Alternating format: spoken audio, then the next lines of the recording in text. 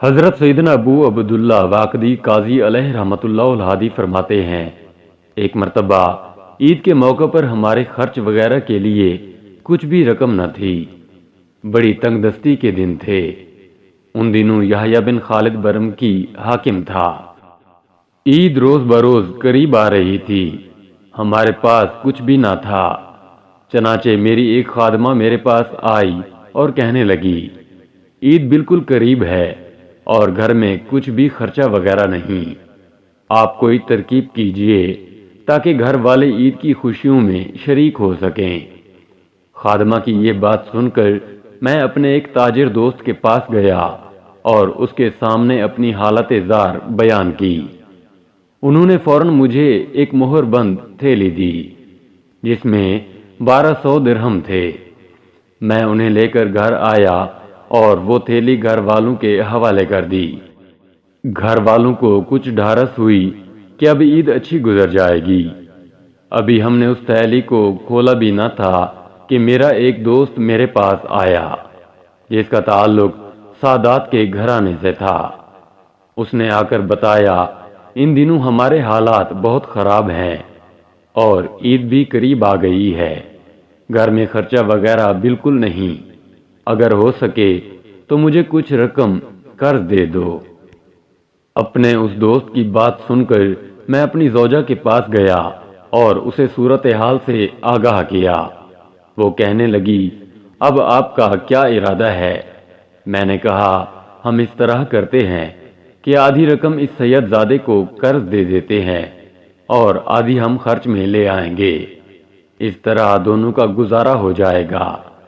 یہ سن کر میری زوجہ نے عشق رسول صلی اللہ تعالی علیہ وآلہ وسلم میں ڈوبا ہوا جملہ کہا جس نے میرے دل میں بہت اثر کیا۔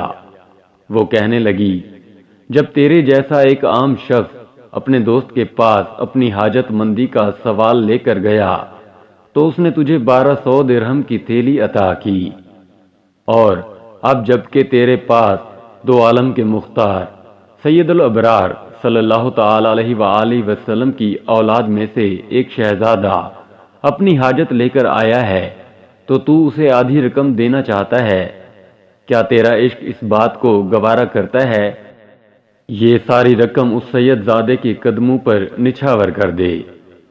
اپنی زوجہ سے یہ محبت بھرا کلام سن کر میں نے وہ ساری رقم اٹھائی اور بخوشی اپنے دوست کو دے دی۔ وہ دعائیں دیتا ہوا چلا گیا۔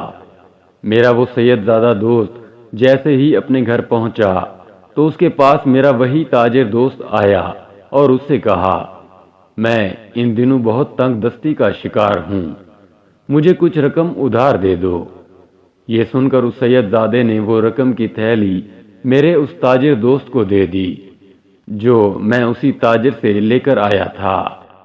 جب میرے اس تاجر دوست نے وہ رقم کی تھیلی دیکھی تو فوراً پہچان گیا اور میرے پاس آ کر پوچھنے لگا، جو رقم تم مجھ سے لے کر آئے ہو وہ کہاں ہے؟ میں نے اسے تمام واقعہ بتایا تو وہ کہنے لگا، اتفاق سے وہی سید زادہ میرا بھی دوست ہے، میرے پاس صرف یہی 1200 درہم تھے جو میں نے آپ کو دے دیے۔ آپ نے اس سید زادے کو دیے اور اس نے وہ مجھے دے دیے۔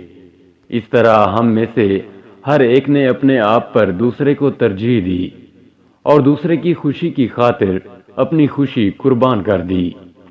ہمارے اس واقعے کی خبر کسی طرح حاکم وقت یحییٰ بن خالد برمکی کو پہنچ گئی۔